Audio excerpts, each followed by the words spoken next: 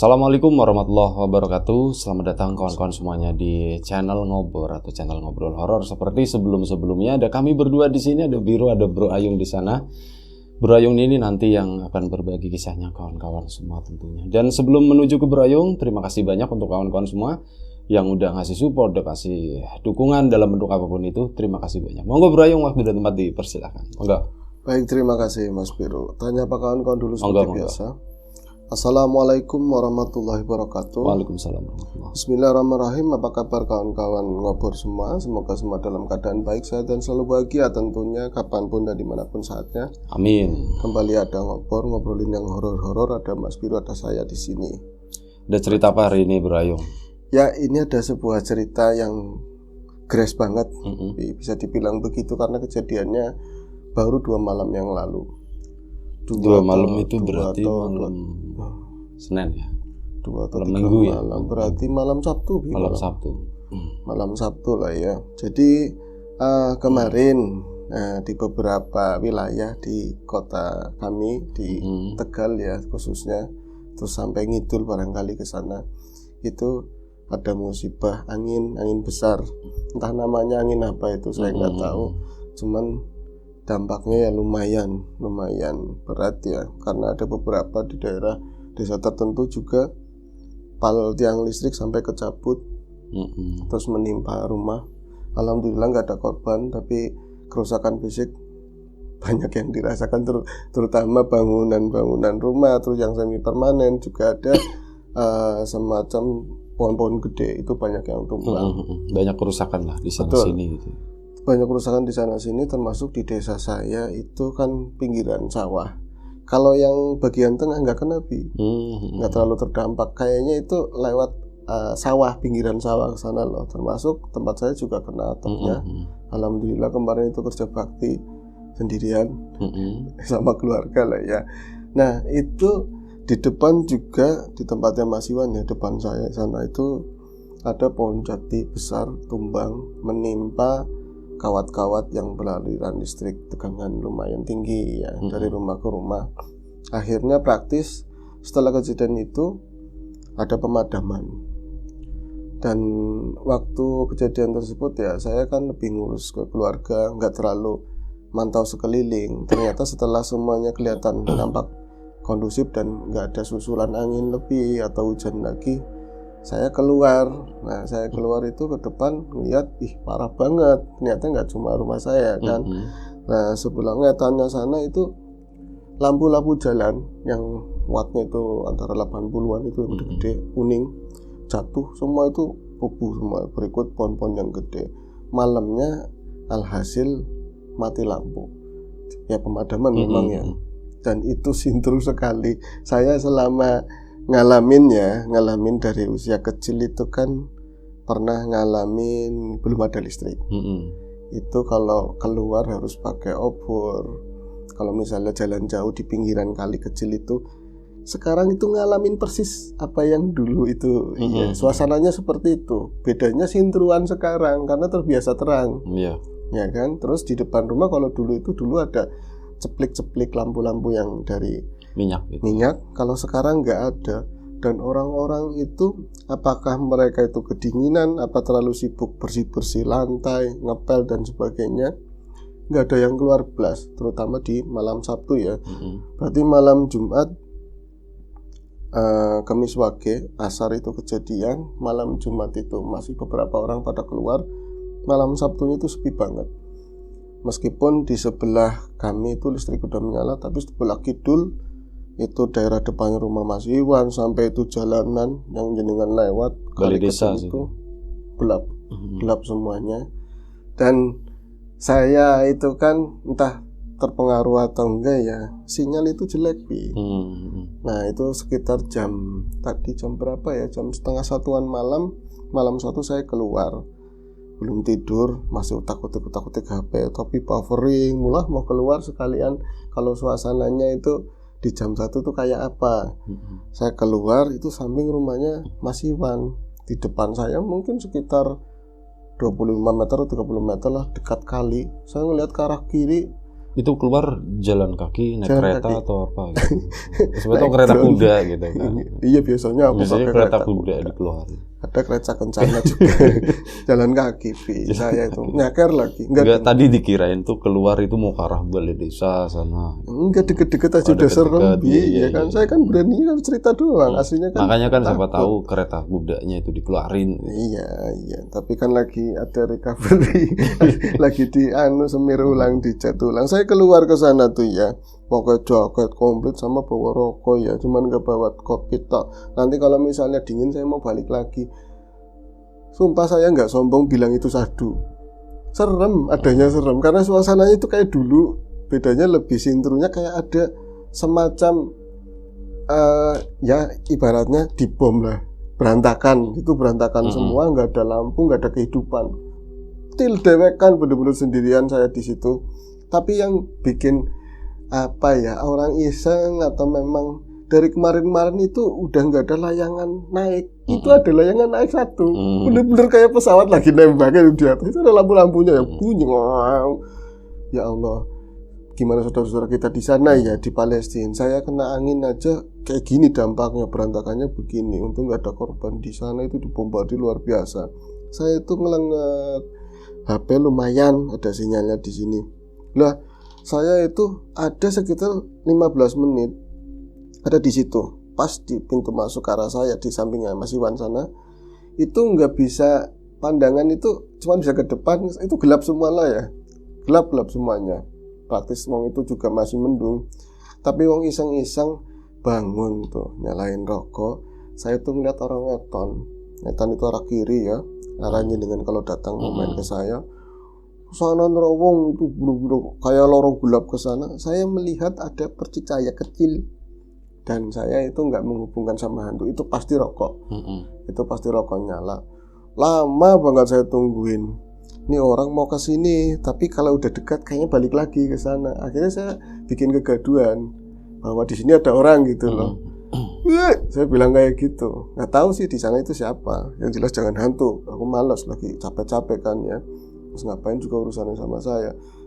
Di situ nyaut. Kayak gitu lagi. Rame, itu nyambung. Capek. Aku bilang kayak gitu. Akhirnya dia itu mendekat. Rokok itu ya mendekat. Orangnya sih enggak, rokoknya doang yang jalan. Rokoknya doang terbang. Ya. Nah pas sudah dekat sama saya itu kehalang sama rubuhan jati itu. Jati emas. Itu daunnya kan ini ya, cabang-cabangnya kemana-mana. Berarti itu langgrang gitu ya, langgrang jalan ya. Langgrang jalan meregang kali. Dan itu ada kabel yang hidup. Kabel yang apa namanya, beranak pinak, berarti jadi banyak serabut gitu ya kabel. Bener. Makanya kan teman-teman misalnya ada masalah di handphone ya, terus ada baterai yang lagi meteng hamil, diemin aja ntar banyak. Iya, itu bagus malahan. Ada melendung, nggak lucu. Terus akhirnya saya itu nungguin, masih belum jelas itu makhluk siapa gitu loh. Yang jelek itu kalau deket ngomong kayak aku siapa gitu kan, dia kayak ngeprank saya, walaupun mungkin dia juga pengen ngerti di sini itu siapa gitu kan. Akhirnya aku buka suara, Om ngomong siapa, aku bilang ternyata Tarmidi. Yang dulu diceritain itu pernah angel terus naik ke SD itu loh. Itu tapi kan sekarang udah baik kan. Saya bilang, gimana ngerokok, kata dia begitu. Situ aja yang kesini, angel kok, katanya begitu kan. Oh ya, karena ada itu ada ya. ini nih, muter. Akhirnya muter lewatnya itu pas di pelataran atau di terasnya Mas Iwan itu loh, nipir ketemu lah kami berdua, langsung pelukan loh, sedih bingung cerita kayak gitu, gading cuman ya aman beriman, udah ketahuan begini aman. Saya bilang sepi banget ya kayak zaman kuno. Mana sih kita kan udah deket, ngapain main itu kemari, mau ngapain, duduknya jangan di situ, yuk sini. Itu di depan rumah itu kan ada yang rumah kuna ya, sebelah barat itu, sampingnya Mas Iwan. Kita duduk di situ kayak serius banget Bi. Saya bilang gini, ada apa Mas? Saya bilang, saya mas-masing, biasanya sih enggak. Nah, sampean kena dampak enggak itu? Enggak, cuman ini yang seng-seng atap-atap depan rumah itu pada kabur, tapi udah dibenerin. Kamu sih aman, dia bilang kayak gitu. Pada kabur tapi udah balik lagi gitu ya maksudnya. Iya, itu cuman kayak tanya basa-basi dan gak ngerti beritanya. Karena saya gak suka status. Akhirnya ngobrol ya. Aku mikir, Suremen, hal aneh. Goib ini saya dapat ini Pak Ngobor, saya bilang kayak gitu. Apa Mas Mid? Ntar namanya Tarmidi. Apa Mas Midi? Bukan aku nih anak. Tadi aku di sana. Itu lurusan pertigaan, rumahnya ada pertigaan. Sebelum pertigaan ke saya kan ada pertigaan juga di sana. Saya nongkrong di situ sambil betulin ini atap-atap seng. Itu ada ranggon atau panggok dari bambu ya. Sambil betulin itu, aku ngilang, aku wedi, aku itu takut sebenarnya karena nggak ada lampu flash, terus sedikit-sedikit kayak ada suara gluduk-gluduk lagi loh. Takutnya angin yang kayak tadi itu datang kayak kemarin sore itu loh. Saya masih takut kayak gitu. Terus kalau ngelihat ke depannya gelap semua, ke sawah apalagi ya, mendung. Ngelihat ke arah sini, saya tuh ngelihat banyak orang dari arahmu, banyak orang, katanya banyak orang itu. Nah, sampean tahu banyak orangnya? Ya mereka itu katanya hitam-hitam itu kayak kepala-kepala orang itu banyak dan tingginya segede saya, setinggi kamu lah, segini orang normal begitu. Itu banyak dan mereka itu kayak semacam jalan tuh sambil ngobrol. Aku pikir itu kontrolan dari pihak kelurahan lah. Ya, ngeliat-ngeliat dampaknya itu seperti apa. Kemarin belum sempat, ini baru sempat. Saya masih taktik Oyung. Tentu ini orang juga katanya ditungguin. Nggak nyampe sampai saya itu kalau ngikutin ini apa tuh dari palang bambu pakai kawat itu bendrat, diputer-puter itu sampai dapat 3. Itu kan padahal deket, nggak nyampe tapi suaranya masih, dan tak lihat orangnya masih ya hitam-hitam tok lah kayak gitu. Jalannya ke sini apa ke tempatmu? Ke tempat saya tungguin lama banget, lama-lama ini merinding Yung. Saya tuh ngeliat ke arah ngalor juga nggak ada orang, di rumah saya sendiri juga orangnya jam segitu ya tadi ya itu udah pada tidur semua. Akhirnya penasaran saya itu bawa kail loh, semacam baterai yang punya anak-anak itu kan ada yang kecil banget itu yang 2000-an. Kalau dijual di warung-warung tuh nempel, tinggal disobek begitu. Cilik kemenung begini baterai segini lah, baterai segini lumayanan tuh, nggak nyampe ke arah mereka. Tapi sempat saya bisa melihat yang paling depan itu yakin banyak banget orang. Pakaiannya nggak tahu, cuman kelihatan dia pakai baju laki-laki, mungkin rombongan kayak gitu. Saya langsung takutnya nggak sopan, saya matiin lagi, terus duduk. Wah, ini rombongan Pak Lurah atau siapa. Pas udah dekat bukannya tambah jelas, ya memang gelap sih, tapi kan saya bisa tetap aja dalam gelap itu bisa kelihatan nih orang tuh orang mana, siapa. Obrolannya bukan obrolan kita, sampai kayak gini dia ngangkat begini kan, maksudnya sumpah obrolannya bukan obrolan kita. Gremeng-gremeng nggak tahu ngobrol apa sampai lewat depan saya. Berarti nggak berhenti Mas? Enggak, jadi lewat pinggiran kali terus sama. Itu ternyata lebih mungkin dari 25 orang atau 20-an lah begitu. Tapi tingginya hampir mau sama. Nggak ada yang nyapa, Mas sibuk nopo, apalagi ngapain, apa mereka nggak ngelihat ya. Saya itu orangnya banyak banget. Jadi yang tadinya pikiran saya itu orang kelurahan, kesananya ini orang mau tawuran apa gimana. Ini kan lagi bangsanya musim-musim begitu, lewat Facebook nanti berantem. Kayak kemarin itu kan di dekat jembatan Butterfly kayak gitu, cuman nggak jadi. Saya tuh diem aja. Nah pas mereka lewat, berarti ini bukan rombongannya kelurahan. Nah mereka lewat baru sekejap aja, tahu-tahu udah di sana, udah jauh banget. Yang tempat kata situ ada putih-putih di pinggir jalan itu loh, udah sampai situ. Itu kan jaraknya mungkin mau 100 meter tapi secepat kilat udah sampai sana. Ruk. Belum bisa temen, dia masih duduk di ini bangku bambu itu. Bisa dibantar men ya. Saya udah mulai merinding banget ini bukan orang, jelas-jelas bukan orang. Tahu jauh lagi slap itu kelihatannya cuma gembel kayak gimana ya, slap kayak gitulah, hilang. Saya itu gak bisa ngapa-ngapain Yung, cuman ngeleg-leg aja kan. Apa jangan-jangan mereka itu seneng yang gelap-gelap gitu loh. Suasana kayak gini gak ada orang. Biasanya kan tempat saya tetap ada, di tempat ujung ada orang ngobrol, ada apa kan. Itu sepi banget. Terus kok bentuknya kayak orang itu ngomong apa.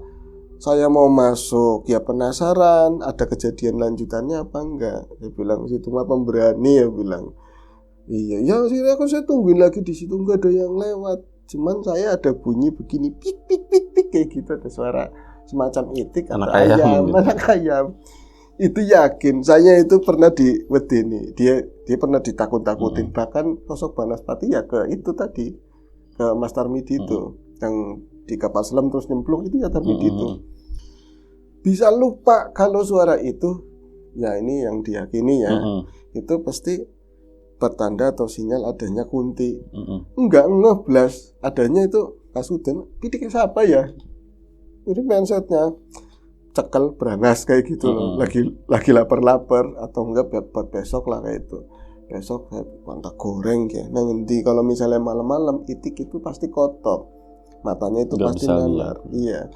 Tak cariin ya. Pik pik pik pik pik. Kayaknya di bawah bangku saya itu loh, di kolongnya. Jengking-jengking loh. Saya praktekin. Tuh gini. Corongin begini. Enggak ada ya. Kalau saya nganu ke sebelah kiri, dia ada kanan. Pik pik pik pik ke kanan. Nangan di si pitik di mana sih? Saya ngomong sendiri. Sampai akhirnya turun. Saya turun loh, saya muter. Itu kan berarti belakangnya Bangkok itu kan kebun. Saya malah ke kebun, itu masih belet-belet bekasnya hujan. Langka ya, itik itu mana ya? Lah saya lagi muter di bambuan itu. Ini yang akhirnya saya ngeh itu Kunti katanya. Ketawa tahu-taunya Bi. Jadi ada suara hihihi, pelan banget. Nah, Mas Tarmidi juga paham, katanya kalau pelan berarti deket banget. Langsung lah saya ke belakang. Kebun kabeh, tapi kan bekas-bekas yang angin kemarin itu pada rubuh begitulah, nggak pohon apa aja kecuali yang pohon-pohon yang kuat banget. Terus melihat ke arah kali, ke arah jalanan tadi yang rombongan makhluk-makhluk apa itu lewat, nggak ada juga. Tahu-tahu udah di panggung lagi duduk. Berarti kan di depan saya persis. Berarti kalingan kayak Panggok itu kan paling 2 kali 2 meter. Terus di bagian belakang ditutupin bambu yang dijajar begini loh, Vi. Nah dia itu nyari di bagian area belakangnya, nggak lihat ke depan. Itu duduk di depannya.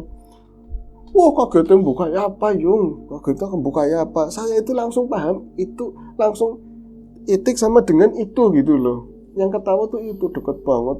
Saya nggak bisa ngomong apa-apa, cuman ya lama-lama saya bisa ngomong. Saya mau lari kemana kalau dia mau? Dia setan gitu lah ya. Tinggal Mas Midi, nah wis repot saya. Akhirnya saya nyapa duluan, Mbak. Saya baru bohong gitu cerita begitu. Saya kan udah bilang ya, saya udah ngangkat tangan begini. Saya kemarin itu mau cari orang buat cerita, katanya begitu. Ngapain gak pulang? Lah saya mau pulang, ada di depan rumah saya, katanya begitu. Ada di pintunya dia itu. Nggak, jangan ke pintu dulu, makhluknya jangan ke pintu. Ada di tadi ya di Bangkok. Sampean ngapain? Saya sapa akhirnya. Sampai gelap-gelapin ini loh, senternya. Saya corongin tapi di area jangan di pas makhluk itu. Ya agak kesana main-mainin. Mbak, sapat. Mbak, lagi apa Mbak? Lagi apa? Saya padahal tahu itu bukan manusia, yakin. Mau bunuh kenangan temen, bau kenangan banget. Tadi nggak ada blas. Itiknya. Ya wis ganti gue lah Yung. Marah dia marah. Ya udah janji sosok itu. Mbak, awit kapan Mbak jagong kono? Dari kapan duduk di situ? Enggak ngomong nggak apa, cuman ketawa-ketiwi kayak gitu. Lah sing bikin nyebelin dan memastikan saya itu nangis loh. Ngapain nangis segala? Wong ketawa aja udah serem banget. Nangisnya persis kayak gitu.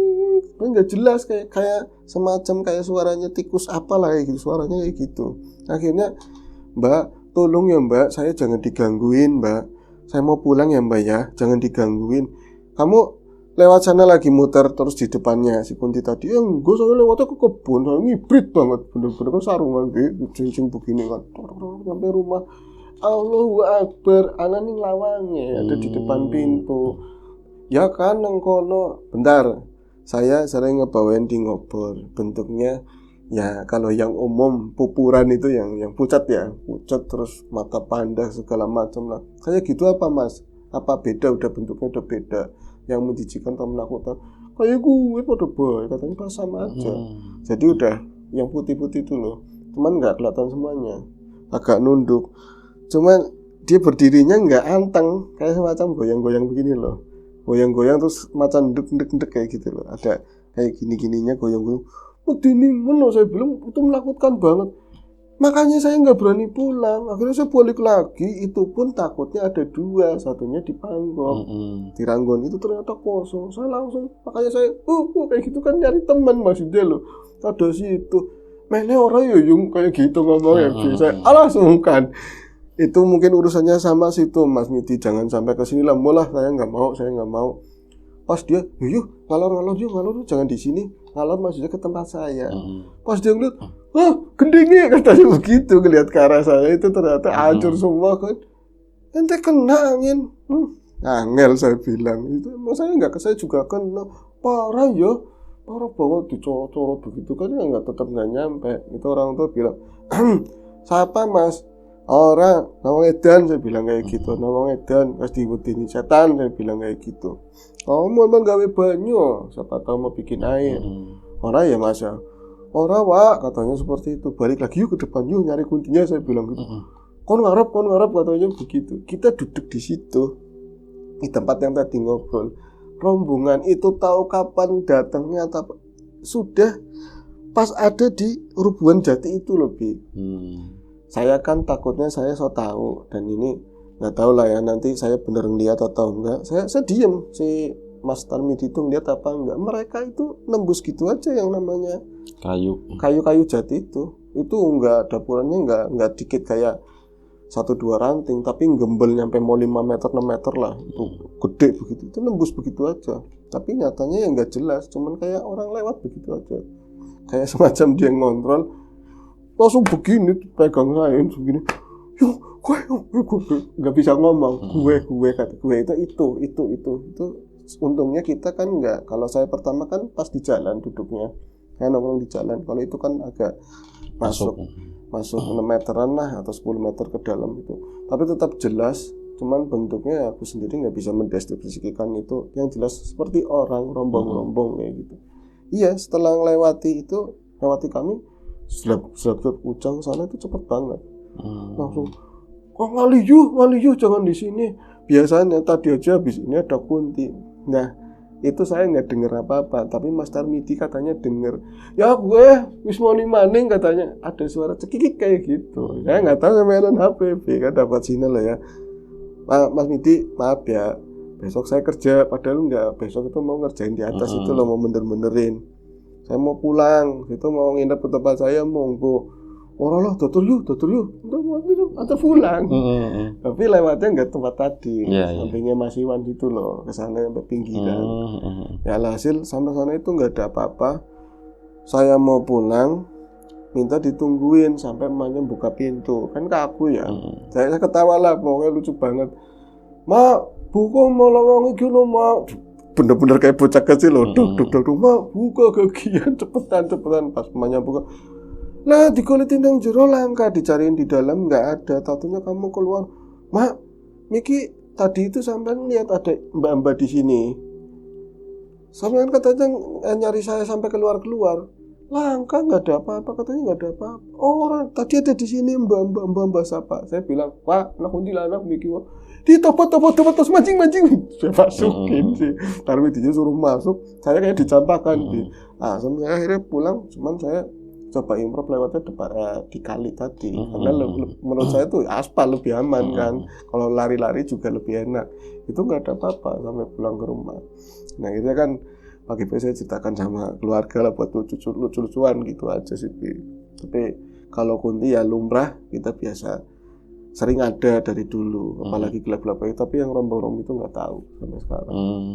Aja sih. Tapi sempat melihat berarti ya. Sempat melihat suaranya juga ada gitu. Tapi nggak jelas. Nggak jelas karena gelap itu, sih ya. Iya, terus jalannya itu nempel-nempel banget gitu. Rapat iya, rapat banget. Oke, itu udah kelar Bro Ayung. Itu satu cerita dari Bro Ayung yang kebetulan tadi sebelum tag ini Bro Ayung sempat introduction, sempat cerita gitu. Jadi di kampungnya itu kita juga nggak tahu gitu. Kita di sini nggak tahu. Ternyata habis ada angin yang sekeliweran gitu. Cuman anginnya lumayan kencang dan merusak beberapa rumah. Salah satunya rumahnya Bro Ayung, atapnya itu hilang. Terbang gitu. Jadi ya ternyata kemarin ini gitu ya. Ini baru tahu tadi kejadiannya itu malam Jumat kemarin ya. Kebetulan Jumat, Sabtu, Minggu kita nggak ketemu, Senin juga nggak ketemu, baru ketemu hari ini ya. Udah, oh ternyata seperti itu, ada begituan gitu. Dan ternyata di kampung sebelah juga lebih parah ya Bro Ayung. Betul. Baik, itu aja. Terima kasih Bro Ayung. Semoga ya masalahnya sama masalah-masalah tetangganya cepat selesai lah. Cepat bisa pulih lagi. Kawan-kawan di rumah juga terima kasih banyak. Doa terbaik dari kami pastinya. Dimudahkan segala sesuatunya. Termasuk kemudahan dalam hal rezeki. Yang sakit segera diberi kesembuhan. Yang sehat tetap dijaga kesehatan. Sampai jumpa di episode selanjutnya. Ngobrol horor. Jaga kesehatan. Assalamualaikum warahmatullahi wabarakatuh.